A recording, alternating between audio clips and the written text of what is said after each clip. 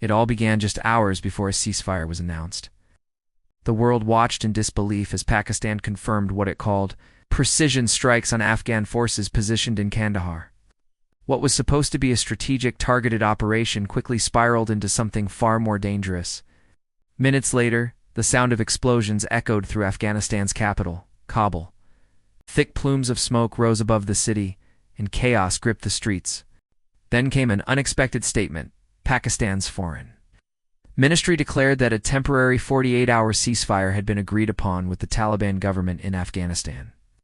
But as the fire still burned, it became painfully clear the situation on the ground told a very different story. The blasts weren't isolated.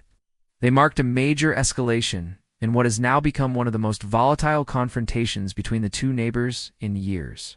It all began over the weekend, when Afghan border forces reportedly opened fire on Pakistani troops. Kabul called it a retaliation for repeated violations of Afghan airspace, an accusation Islamabad denies. What followed was an exchange of fire so intense that both sides now claim to have killed dozens of each other's soldiers. But with independent access to the conflict zone blocked, no one truly knows the full scale of the losses. As the days passed, tension along the 2,600-kilometer border, one of the most sensitive frontiers in South Asia, reached a boiling point. Just before dawn on Wednesday, the temporary calm shattered again. Residents in Afghanistan's Spin Boldak and Spinak districts woke up to a terrifying chorus of artillery fire. According to Afghan officials, dozens of civilians were killed when Pakistani forces launched a new wave of attacks across the border. Eyewitnesses described entire villages reduced to rubble. "The firing started early in the morning from both sides," said one local villager. "Shells and bullets hit our houses. A young boy was wounded, and families are fleeing. We just want the fighting to stop. Pashtun people live on both sides. We are the same people caught between two governments." That plea, raw and desperate, captures the human cost of this conflict.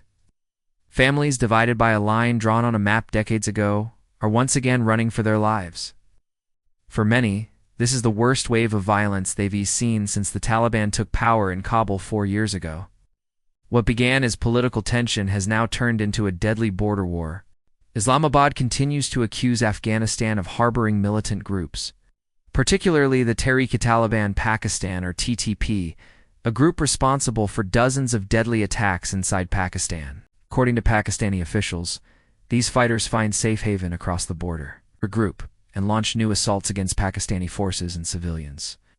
The Taliban government denies all such claims, insisting that Afghan soil is not being used to attack anyone. Instead, they accuse Pakistan of violating their sovereignty through unauthorized airstrikes, strikes that, they say, have killed innocent civilians. Each side blames the other, neither's backing down. The violence has forced the complete closure of border crossings, cutting off trade, travel, and humanitarian routes. Thousands of civilians and traders are stranded, waiting for a resolution that still seems far away. Trucks filled with goods sit idle. Families trying to reunite are stuck on opposite sides, their lives paused by politics and gunfire. It's a scene that has become tragically familiar in this region. Two nations locked in mistrust, while ordinary people pay the price. Pakistan's foreign ministry later issued a cautious statement calling for restraint and dialogue. They said sincere efforts must be made to resolve this complex but solvable problem. But regional experts warn that such words have been spoken before, and peace rarely lasts. Temporary truces, they say, are just that, temporary. Both countries are under internal pressure. Pakistan is struggling with economic instability and rising militancy, while Afghanistan faces deep isolation, poverty, and a lack of international recognition. These domestic crises make the border violence even more dangerous, a spark that could easily ignite a much larger fire. In the villages near the frontier, fear has become a way of life. Schools have shut down, hospitals are overwhelmed. Families pack what they can carry and flee on foot, hoping to reach safety. For them, politics means nothing. Survival is all that matters. Social media has been flooded with disturbing videos claiming to show cross-border shelling and civilian casualties. While many clips remain unverified, they've fueled outrage and deepened resentment on both sides. As the 48-hour ceasefire takes effect, the question remains, will it hold? Or is this just another short pause before a new round of bloodshed?